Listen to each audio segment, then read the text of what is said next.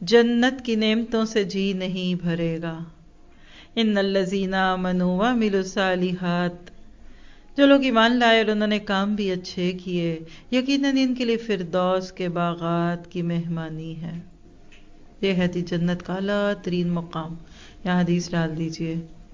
اللہ کے نبی نے فرمایا کہ جب اللہ سے مانگو تو فردوس مانگو. میں آپ کے اور اپنے لیے فردوس مانگتی ہوں.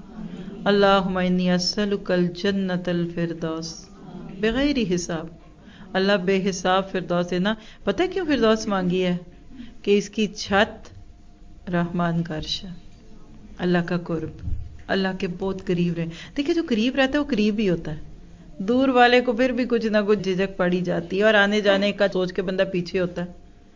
آپ کی وہ ہمسائی جو آپ کے ساتھ ہے، اس کا دروازہ آپ کے ساتھ ملا ہوا ہے وہ، اور جو 4 گلیاں دور ہے، فرق ہے نا. تو رب ابن لی عندک بیتا فی الجنہ، اللہ سب سننے والوں کو اپنے قریب جنت میں گھر عطا فرما دے. اور وہ کون سی جگہ ہوگی جہاں وہ ہمیشہ رہا کریں گے، جس جگہ کو بدلنے کا کبھی بھی ان کا ارادہ ہی نہ ہوگا. They don't want to move from there. بندے کا جہاں دل لگ جائے نا تو وہاں سے پھر جانے کو دل نہیں کرتا.